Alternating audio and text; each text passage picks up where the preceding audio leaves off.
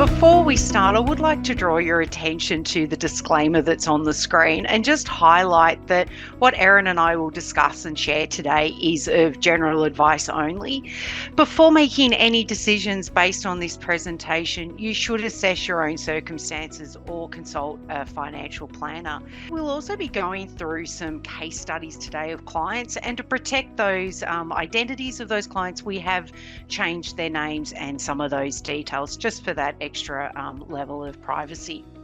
So, Erin, I'm going to jump in and share you a little bit about what my Sunday nights look like. I'm either watching The Block, watching, some reality TV because, escapism's my best form of denial before a Monday morning starting back in the office. But what happens is I tend to start thinking about my future, what it's going to be like when I retire. It's kind of getting there, not too many years away. And I have big dreams. I often think, oh, I'm going to buy a house in the south of France, or maybe I'm going to buy a really fancy car. And then I start remembering what I bought last week, what things that I probably should be focusing on, and I start to get nervous. And in my experience through, working with clients, as I'm sure for yourself, the closer we get to retirement, the more anxious we get. It's like, where did life go? Life just started to take over, and I'm living a fabulous life, but all of a sudden, I'm starting to get anxious. I'm probably just not going to have enough by the time I get there. So, the first case study I'd love to go through is who I'm going to call Mary. And I just want to take you back to remembering your engagement with her. And she was probably very much the same. Life was, treading along. And then all of a sudden, she's not that far from retiring and starting to feel very anxious about, is she going to be able to sort of afford that sort of dream lifestyle she had? Are you able to sort of just give me a bit of a understanding what it was like when you met with her? Yeah, so Mary was 62, so a little bit away from her goal retirement date. She had a lot of anxiety. So when she came in to see me for the first time, she was really worried, very pessimistic about her future. She didn't feel like she was in control of her finances, and she didn't have much hope for a comfortable lifestyle in retirement. So a really pessimistic outlook about the future. Yeah, and from my understanding of, your dealings with Mary, it wasn't just her she was worried about. Did Hmm. she had someone else living with her at home, didn't she? Yeah, so Mary had her sister living with her, and she had some mental health issues. So Mary was partially providing and looking after and caring for her sister. So it wasn't just herself that she was thinking about for her future, it was her sister as well. So that added a little bit of extra pressure to her situation because she not only worried about her retirement, but her living situation needed to be somewhat stable given her sister's situation. Yeah, and there's that guilt as well. Like, all right, I'm trying to live my best life, but I've Mm, really got to get myself under control because it is sort of all falling on me. What was her financial situation like when she saw you? yeah, so Mary had a few positives on her side. She did have a good income, so she was earning about 120,000 a year. Yeah. She owned her own home, although she did have quite a significant loan against that. So she had separated, I think, late 50s, so she had to essentially start again. So she bought her own home, but she did have, yeah, a significant loan in her early 60s with that 450K. She had a decent superannuation balance, so she had made some contributions in the past to help grow that. So she had about 350 in superannuation.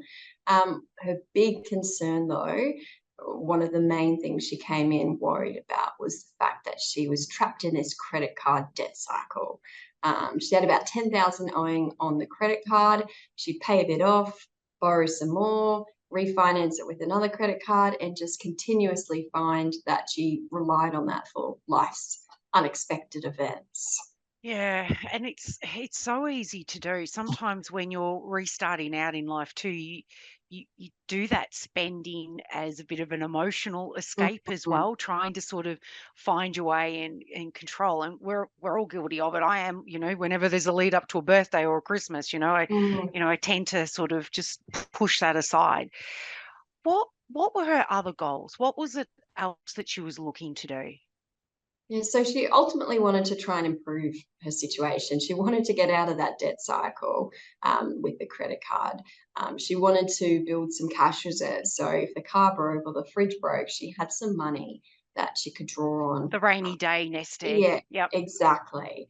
Um, which was important to her. She planned to work until 70. She did another positive about Mary. She did enjoy her job. So she was, planning to work until 70. She did want to stay in her home. That was another really big priority, but she just didn't see how that was going to be possible. She thought she'd have to sell the house at some point, pay off the debt, and move somewhere smaller and cheaper, which wasn't what she wanted, but that's what she thought her situation was going to look like given the level of debt, the lack of control she really felt she had around her finances.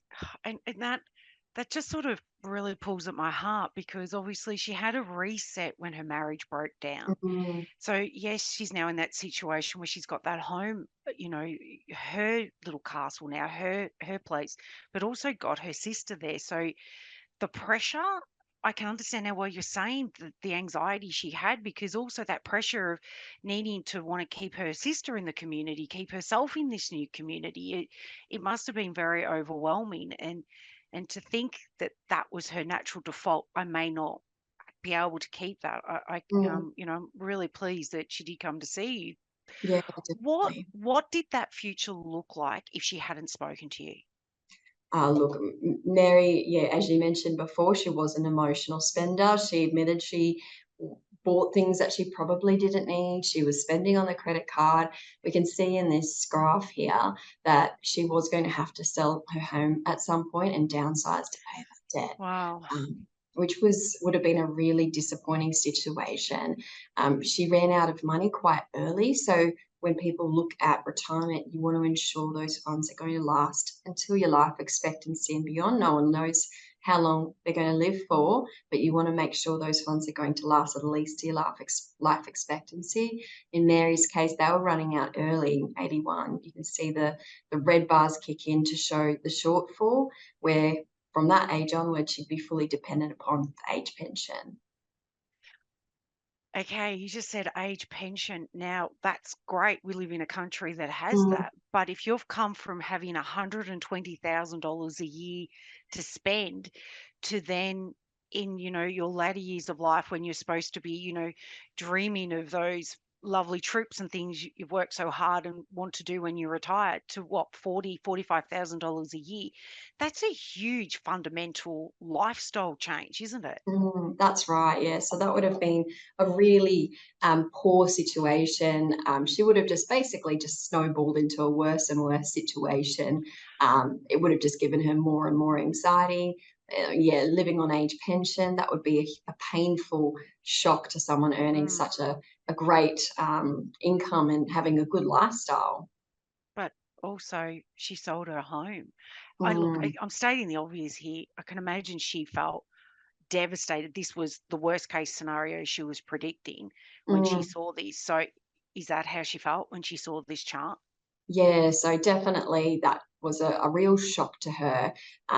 In this scenario, she was living the life she wanted, so living that good life, buying what she wanted. She couldn't stay in a home. She would be relying upon age pension quite early in retirement. So yeah, she was very disappointed to see that could be the future for her.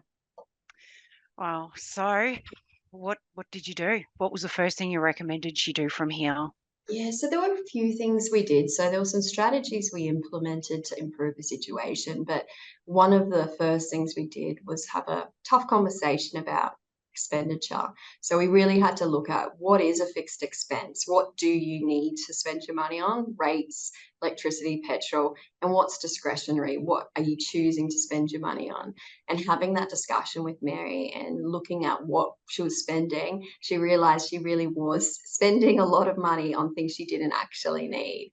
So that was the first step, really drilling down into her budget and her expenses, and getting her to realize that if you keep doing this, this is what the outcome's going to look like. So that was a bit of a reality check for her, and redirecting her focus. So the first strategy we looked at was a superannuation strategy where we withdrew some funds and cleared that credit card and Yeah. gave her a bit of a cash reserve.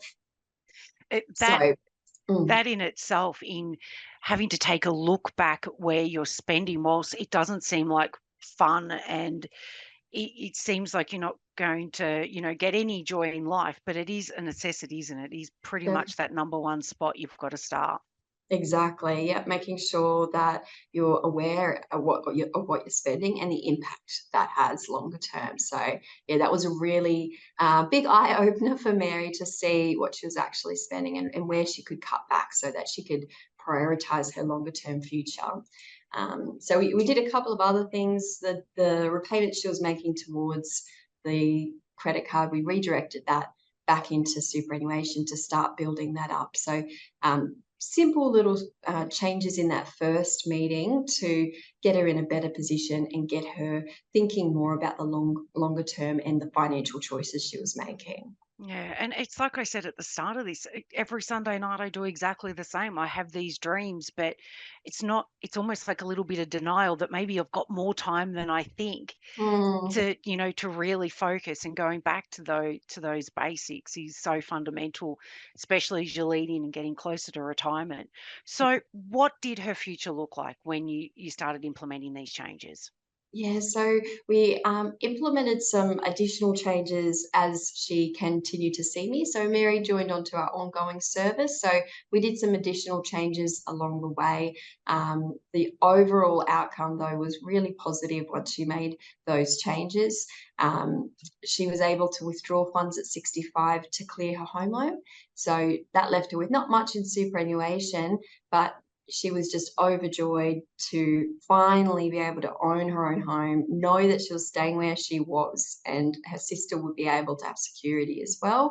She was ecstatic Yeah. to see her home loan repaid. It left not much left in her superannuation account, but what we did was redirect what the home loan repayments were back into superannuation to build that back up. You can see in this graph, we did review what she planned to spend in retirement, and she did have to make some trade-offs, what her priorities were. So we can see though that the funds don't run out, and that's demonstrated by the fact that we've still got that income coming in all the way through till 93. So staying in her own home, clearing the mortgage, and having enough to live on until her 90s. Yeah, this is an amazing outcome and some really tough decisions. But can I just go back a little bit to clearing the credit card? Maybe I'm channeling something I need to focus on myself. How hard was it for her to stick to that? Was it Yeah, was it just the chart, or what else did you do? How did you keep her on track with yeah, keeping good those point. expenses down? Because you're right, it's not just a flick of the switch and people can't just change behavior overnight. So it was an ongoing conversation that we had to have. That first initial breakdown between her fixed and discretionary expenses helped. But along the way, she would make several phone calls throughout the year, just letting me know of an expense she might want to spend money on. And we'd have a chat about whether it was important, what that longer term impact, and then she'd reassess whether she did actually need to spend that money. So there was continuous coaching on her spending, and she really benefited from that because she got really clear on what she wanted, and was able to stick to it, which was really impressive to see. No, it's incredible. Maybe I need you on speed dial whenever I'm passing a shoe shop. But looking at that chart that's on the screen, I can really see how you got down that, you took this in steps for it. You cleared down the credit card. You then moved that money she wasn't spending on the interest and those little items you don't even know where they are in your house, to back into her super to get that goal of her home. And whilst, as you said, she hasn't got that high income for her retirement that she wanted. It was that trade-off to have that home. That was the number one priority for her. It's an incredible story of, looking how you do spend your money, making sure that you are on track to try and achieve those goals in life. But the thing that stands out to me here is Mary was really fortunate in that she felt she could work until she was 70. You and I, Erin, we sit at our desk 90% of the time. Our bodies are going to hold out, hopefully, until we're at that age. But that's not always the case for a lot of people. My father's a classic example. He's a manual worker, and he doesn't and wouldn't have thought his body would last until 70. That would just be unheard of.